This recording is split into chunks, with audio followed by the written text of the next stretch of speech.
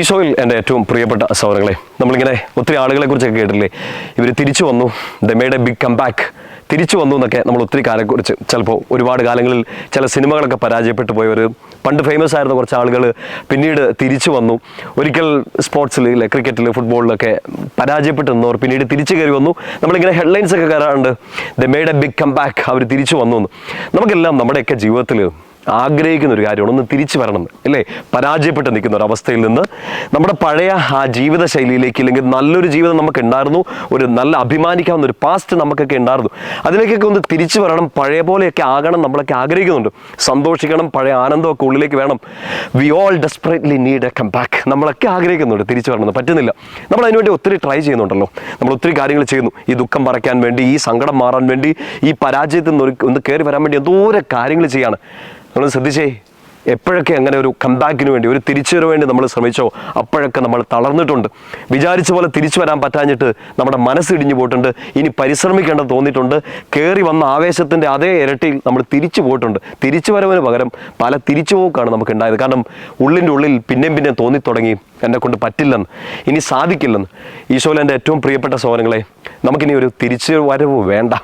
പണ്ട് ശശിയോട് പറഞ്ഞ പോലെ ഇനി ഒരു തിരിച്ചു വരവ് ഉണ്ടാവില്ല ശശി എന്ന് പറഞ്ഞ പോലെ അല്ല, നമുക്കിനി ആവശ്യം ഒരു തിരിച്ചുവരവല്ല, പിന്നീട് ബ്രേക്ക് ത്രൂ. നമുക്കിനി ആവശ്യം ഒരു ചിതറിക്കുന്ന അനുഭവമാണ്. ഈ പരാജയം നമ്മുടെ മുമ്പിൽ നിൽക്കുകയാണ്, ഈ സങ്കടം നമ്മുടെ മുമ്പിൽ നിൽക്കുകയാണ്, ഒഴിവാക്കാൻ നിങ്ങൾ ആഗ്രഹിക്കുന്ന പാസ്റ്റ് നിങ്ങളുടെ മുമ്പിൽ നിൽക്കുകയാണ്, മറന്നു കളയാൻ ആഗ്രഹിക്കുന്ന കെട്ടകാലത്തിൻ്റെ ഓർമ്മകൾ നിങ്ങളുടെ മുമ്പിൽ നിൽക്കുകയാണ്.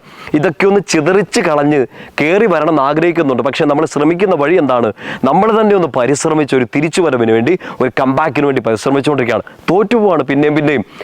ഈശോയ്ക്ക് ഒരു സ്പേസ് കൊടുക്കുക. നിങ്ങൾ സമയമെടുത്ത് മിക്ക പ്രവാചകന്റെ പുസ്തകം 7-ാമത്തെ അധ്യായം അതിൻ്റെ 9 മുതൽ 11 വരെയുള്ള വാക്യങ്ങളൊന്ന് വായിക്കണം.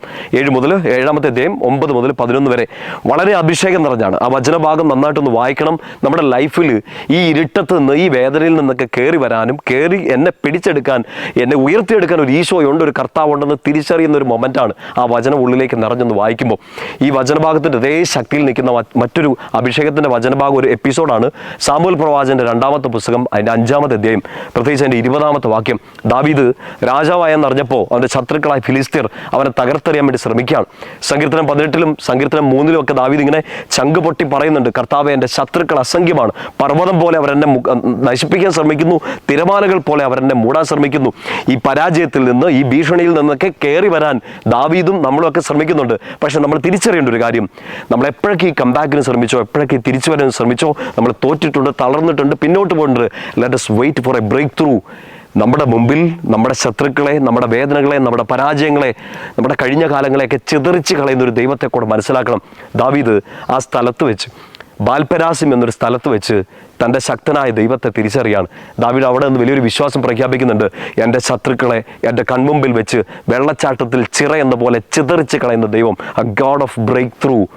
എൻ്റെ മുമ്പിൽ തിരിച്ചുവരവിന് വഴിയൊരുക്കുന്ന ദൈവമല്ല, എൻ്റെ മുമ്പിൽ എൻ്റെ ശത്രുക്കളെയും എൻ്റെ സങ്കടങ്ങളെയും ചിതറിച്ച് കളയുന്ന ഒരു ദൈവം. പ്രിയപ്പെട്ട സഹോദരങ്ങളെ, നിങ്ങളുടെ മുമ്പിലുള്ള ആ ചിറ, നിങ്ങളുടെ മുമ്പിലുള്ള ആ വെള്ളച്ചാട്ടം, നിങ്ങളുടെ മുമ്പിലുള്ള ആ പർവ്വതം എന്താണെന്ന് അറിഞ്ഞുകൂടാ, നിങ്ങളുടെ ശത്രുക്കൾ എത്രയാണെന്ന് അറിഞ്ഞുകൂടാ, ഈ വേദനയിൽ നിന്നൊക്കെ നിങ്ങൾ തിരിച്ചു കയറാൻ ശ്രമിക്കാൻ തുടങ്ങിയിട്ട് എത്ര കാലമായെന്ന് അറിഞ്ഞുകൂടാ. തിരിച്ചു കയറി വരാൻ ശ്രമിച്ച്, തിരിച്ചു വരവിനൊക്കെ ശ്രമിച്ച് പരാജയപ്പെട്ട് പിന്നോട്ട് പോയിട്ടുണ്ട്.